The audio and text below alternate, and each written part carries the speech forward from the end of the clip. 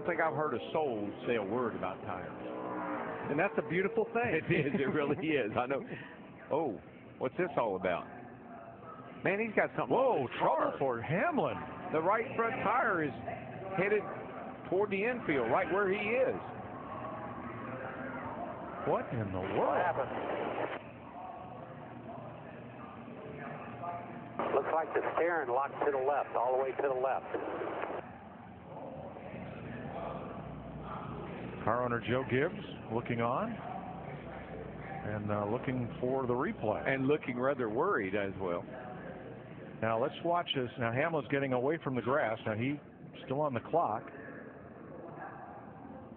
Then he pulls away as a crewman looks attentively underneath the car. Now, didn't they change the engine in this car, Larry? Yes, they did.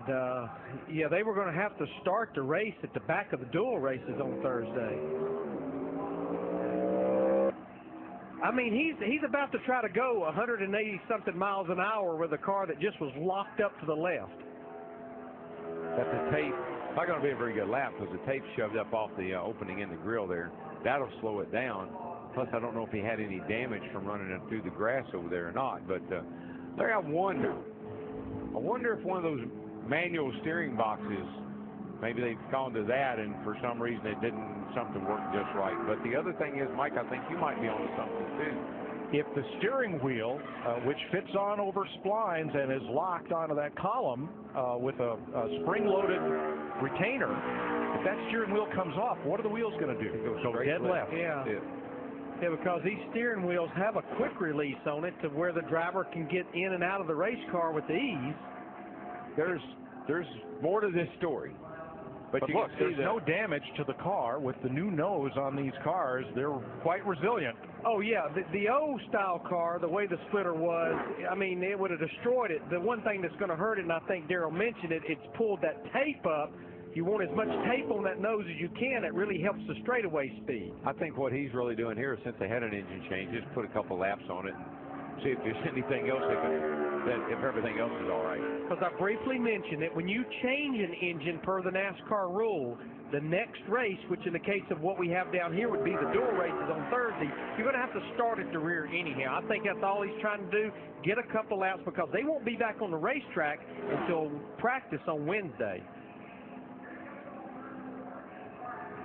So a very strange start to this qualifying run for Denny Hamlin, but he gets it up and going. He'll complete his 2-lap run.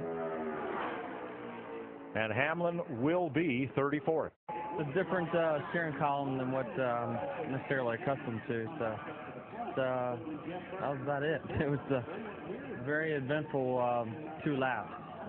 Well, the silver lining is obviously with this new car, you were able to take laps and at least get, some practice. You changed that engine, so Thursday going to the back, did you learn anything then on those laps with what happened? Yeah, for sure. I mean, it's, we knew we were going to qualify pretty bad, but obviously that didn't help too much. So, for us, we knew we were going to have to come from the back. We changed engines, transmissions, and everything. So this was just kind of a trial run to kind of see where we stood with our teammates.